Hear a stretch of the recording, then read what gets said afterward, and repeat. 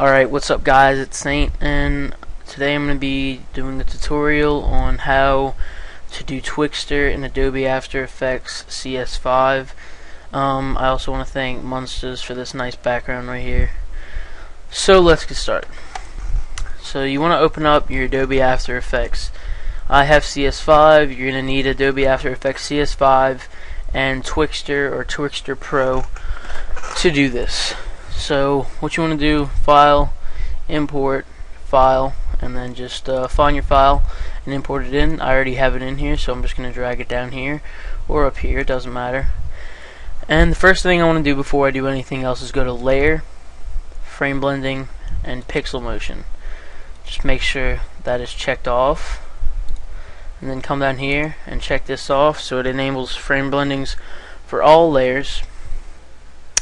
Then what you want to do is just click on this and make sure those black lines disappear. So just pull it out a little bit, or to however you like it, it doesn't matter. Then what you want to do, you check your feet per second or your frame rate up here. So this is HD, so it's 59.94. Twixtor doesn't really work that good for dazzles, which is like 39.27 or something. I'm not sure the exact frame rate, but it's something around there. I know it might be lower. But so I'm going to come over here, go to Effect. Once you have this chosen, go to Effect, Vision Plugins, and Twixtor Pro.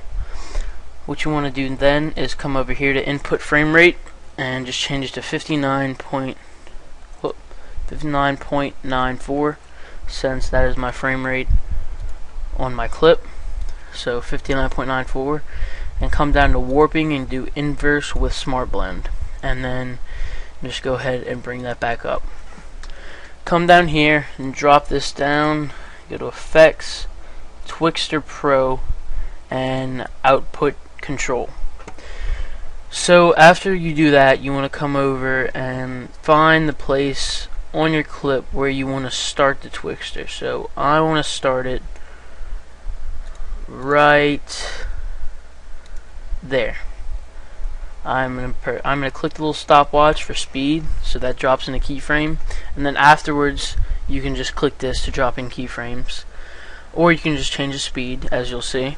So I'm gonna go up a few frames and go right here to start my Twixtor right here.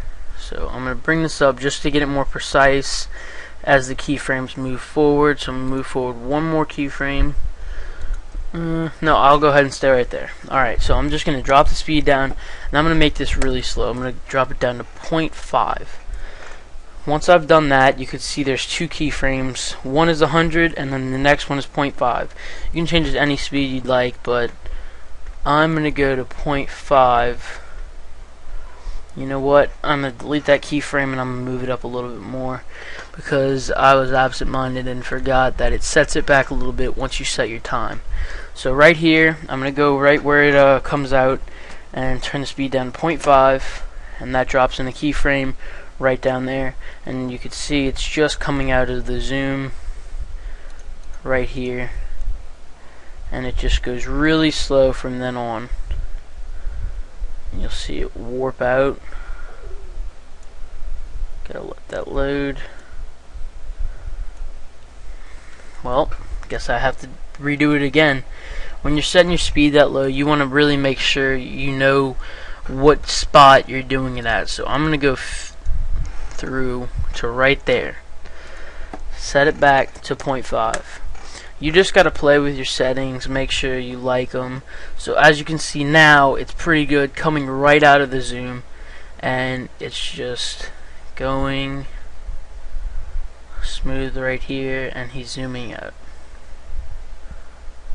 So it's going really, really slow because of 0.5, and you can just see that moving. And I'm going to drag it for a while. You can see that moving. So come over here, normal speed, and then it comes into the Twixtor all the way over here. So you see that there's no more time left on the frame, So what you do is you're gonna go to Effect and Layer, Time, and Enable Time Remapping. But since I'm not gonna put mine that far, I was just demonstrating for you guys to show you that if it goes that far, I'm gonna go over here, and I'm only gonna go to right here. Then I'm gonna drop a keyframe.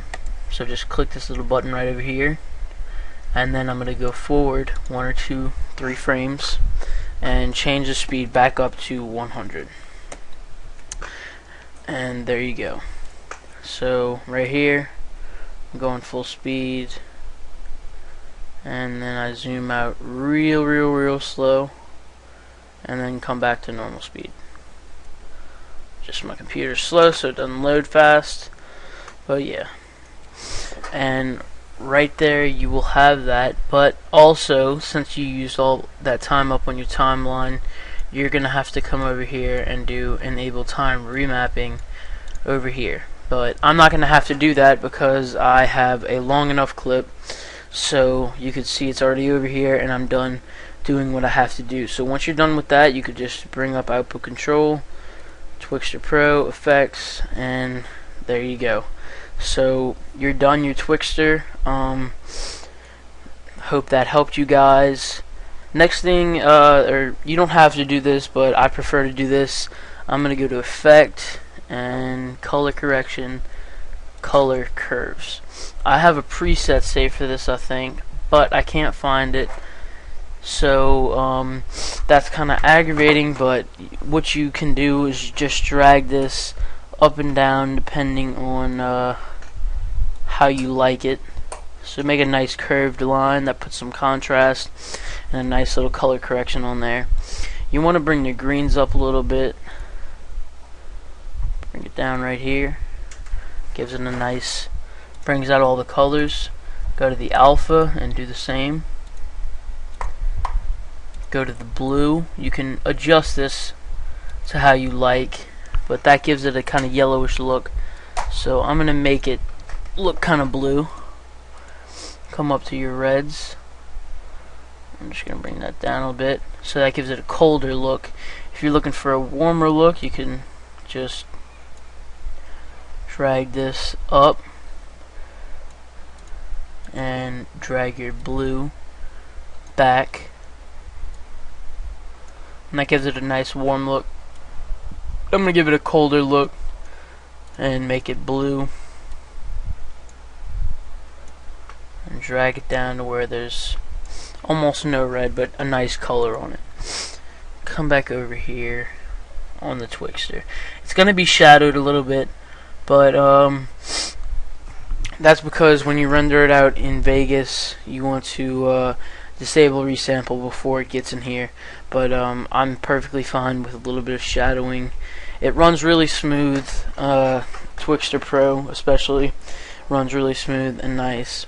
So if you're wondering how to save a preset, you could just go to Save and save it to wherever, however you like. But yeah, I would have to look for the spot where I want, where I had my nice color correction, but I would look at that later. Done with that. If you have optical flares, I'm going to drop that on there and put a nice one on there. As the Twixtor goes, I'm going to go to Pro Presets, and let's see, which one should we use? I'm going to go use, actually I'm going to go use a custom preset and Cool Blue, or just Line.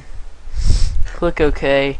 If you're wondering how to use optical flares, if you want to put it on your layer, just do Over Original and it's there. You can adjust the brightness of it. So I'm going to bring it right, that's real bright. Bring that down. So I'm going to find out where my Twixtor starts. I'm going to let it load. But yeah, you could just let it shift with that scope out And so you come down there, go to effects, optical flares, and position X and Y, drop in a keyframe, come down here to where it's nice and zoomed out. Let's find that. Whoop. Gotta find that spot. So it's zoomed out, and now you're just gonna drag it down right there, and there you go. You have it right there. It auto keyframes it, so you're right there, and it's going a bit faster than it, but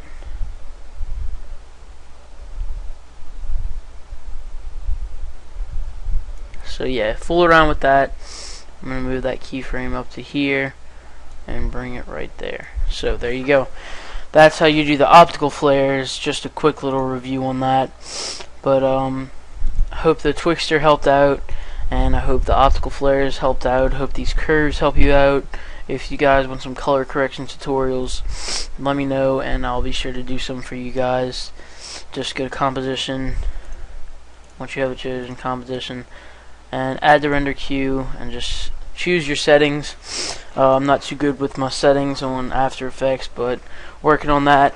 You want some more tutorials. If I get, I don't know, 50 likes on this, I don't really like to do many tutorials. If I get 50 likes on this, I'll do another tutorial on some nice color corrections and blurs and all that good stuff. So do you guys want to see me do some edits or what? Just let me know, and I'll talk to you guys later. Hope this helped. Peace.